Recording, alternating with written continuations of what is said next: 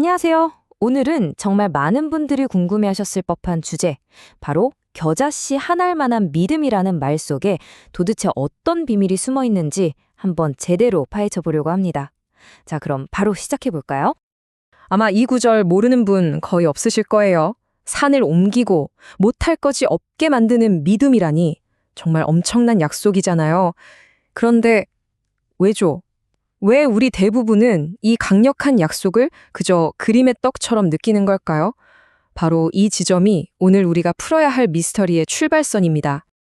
이게 참 아이러니한 게요. 분명 우리한테 힘을 주려고 한 말일 텐데 오히려 난 이것도 못하나? 하는 좌절감만 안겨줄 때가 많았다는 거죠.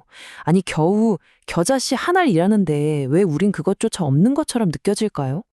바로 이 질문이 오늘 이야기의 핵심입니다. 여러분도 한 번쯤 이런 생각 해보셨을 거예요.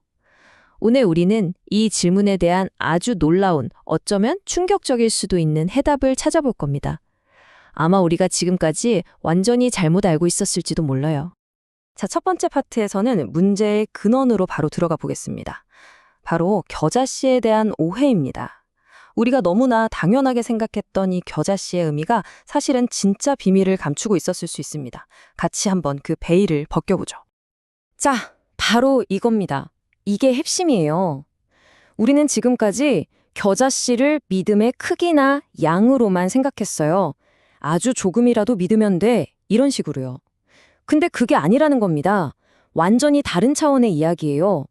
이건 믿음의 양이 아니라 믿음의 절대적인 상태, 그 질에 대한 이야기거든요. 이 비유를 한번 가만히 들여다보세요. 겨자씨의 힘은요, 그 작은 크기에서 나오는 게 아니에요. 진짜 힘은 자신이 다른 무엇도 아닌 오직 겨자씨라는 그 하나의 사실 외에는 다른 어떤 가능성도 생각하지 않는 그 흔들림 없는 단일한 의식에서 나오는 겁니다. 절대적인 확신이죠. 그렇다면 말이죠. 겨자씨처럼 단 하나에만 집중된 그 흔들림 없는 절대적인 상태의 믿음이라는 게 과연 뭘까요? 자, 두 번째 파트에서는 바로 그 믿음의 진짜 본질에 대해 좀 더 깊이 들어가 보겠습니다. 이것이 바로 이 가르침의 핵심 정의입니다. 믿음은 언젠가 이루어지겠지 하는 막연한 바람이 아니에요. 그게 아니라 내가 원하는 그것이 이미 지금 여기에 있다는 의식 속에서 그걸 진짜처럼 느끼고 살아가는 상태 그 자체를 말하는 겁니다. 그러니까 말이죠. 믿음이라는 건 우리 의식이 가진 창조적인 힘을 사용하는 일종의 메커니즘인 셈이에요. 이 가르침에선 그 힘을 신에 비유하는데 무슨 뜻이냐면 아직 눈에 보이지 않는 것을 마치 이미 있는 것처럼 불러내서 현실로 만들어내는 힘이라는 거죠. 결국 모든 창조의 시작점은 바로 여러분의 의식이라는 겁니다. 좋아요. 믿음이 이미 되었다는 의식의 상태라는 건 이제 알겠습니다. 그런데 어떻게 하면 그 상태에 실제로 들어갈 수 있을까요? 세 번째 파트에서는 그 비밀의 재료, 바로 느낌이라는 엄청난 힘에 대해 알아보겠습니다. 자, 잠시 눈을 감고 한번 스스로에게 물어보세요. 여러분이 정말 간절히 원하는 게 이미 이루어졌다면 바로 이 순간 어떤 기분이 들 것 같으세요? 그 감정, 그 느낌에 집중하는 게 모든 것의 시작입니다. 핵심은 이겁니다. 소원이 딱 이루어졌을 때 느낄 바로 그 기분과 감정을요, 마치 내가 가장 좋아하는 옷처럼 계속 입고 있는 거예요. 그렇게 계속해서 그 감정을 느끼다 보면 어느 순간 그게 너무나 자연스러운 나의 상태, 즉 완전히 고정된 의식이 되어버리는 거죠. 자, 이제 이론은 어느 정도 이해가 되셨을 테니 그래서 이걸 실제로 어떻게 써먹으라는 거야? 하고 궁금하실 겁니다. 네 번째 파트에서는요, 현실 창조를 위한 아주 구체적인 안내서를 한번 살펴보겠습니다. 원전에 나오는 친구를 치유하는 예시를 통해서 이 강력한 기술을 단계별로 배워보죠. 이 5단계 정말 간단한데 효과는 엄청납니다. 예를 들어 친구가 건강해지길 바란다고 쳐요. 그럼 그 친구가 저한테 전화해서 나 다 나왔어 하고 기쁘게 말하는 목소리를 상상 속에서 듣는 거예요.